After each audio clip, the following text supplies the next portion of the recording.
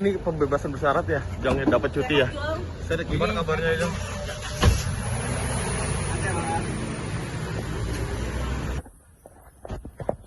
Mbak Ade apa kabar? Alhamdulillah baik. Ini penampilan baru ini cantik sekali, Masya bagaimana? Allah, kebetulan sedang diundang di acara kajian. Tadi apa mungkin yang dicurhatin Mbak Ade? Masalah kehidupannya? Ya, masalah kehidupan, masalah pemberitaan. Apa mungkin dapat saran apa mungkin dari Ustadz Ailman? Syaratnya tadi apa ya?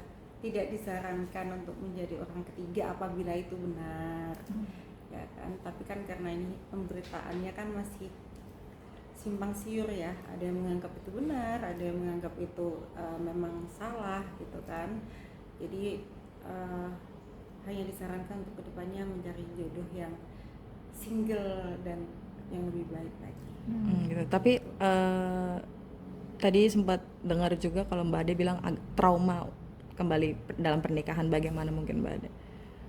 Ya, sebenarnya kalau dibilang trauma karena masa lalu aku di dalam menjalani pernikahan itu cukup pelik ya, cukup apa ya?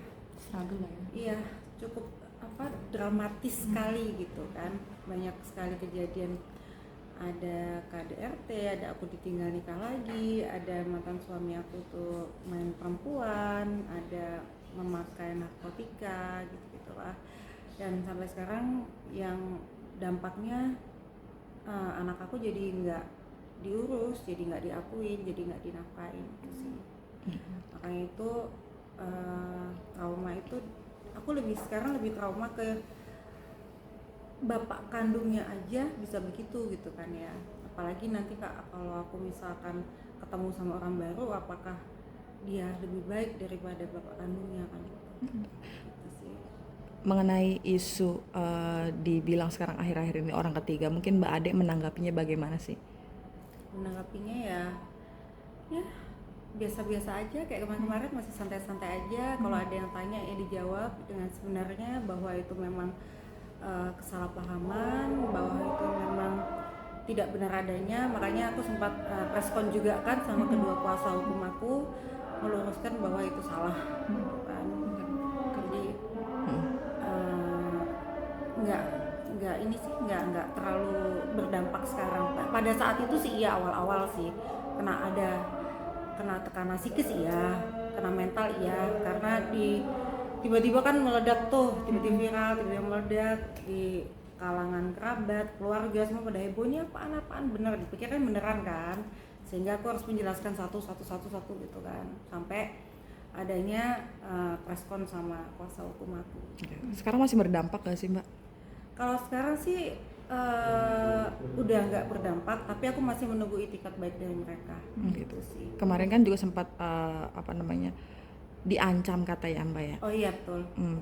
Bagaimana Mbak mungkin kelanjutan, atau adakah permintaan maaf atau ada ancaman lagi atau akan maju ke hukum, bagaimana Mbak? Kalau ancaman lagi tidak ada, tapi nanti Senin besok ini kita aku sama dua kuasa hukum aku mau rapatin gimana untuk kedepannya, karena belum dilakukan apa yang aku minta ke si mbaknya itu yang ngancem aku. Gitu. Tapi sejauh ini sudah ada komunikasi Mbak dengan mbaknya? Komunikasi sih sebenarnya sih dia sudah ada DM aku udah lama ya. Ya udah ada DM aku, udah ada minta maaf.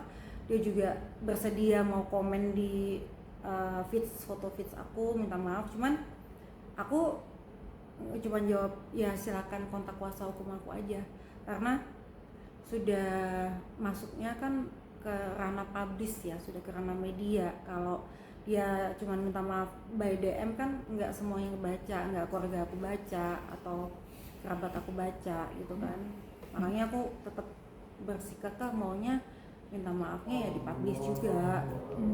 Oke. Tapi soal ada yang akhirnya dituding sebagai penghancur hubungan keduanya karena pasca insiden itu mereka dikabarkan putus, seperti apa Kak? Oh itu aku nggak tahu, bahkan aku nggak tahu kalau mereka putus ya. Makanya aku malah malah yang ngatain aku pansos tuh malah aku mikir gini, ini sebenarnya yang cari panggung siapa sih ya? Kok yang punya apa namanya, punya acara tuh mereka, putus nyambung, sedangkan aku yang tetap dituding sebagai orang ketiga, padahal mereka itu kan sebenarnya putus sebelum adanya konflik ini ya, kan sempat putus tuh kan, katanya sih begitu ya, aku nggak tahu, aku nggak cek juga, katanya sempat putus, terus adanya kejadian sama aku itu si siapa AL WA aku itu kan, ada telepon juga tapi nggak sempat aku angkat, ngajakin ketemu juga aku nggak temuin juga.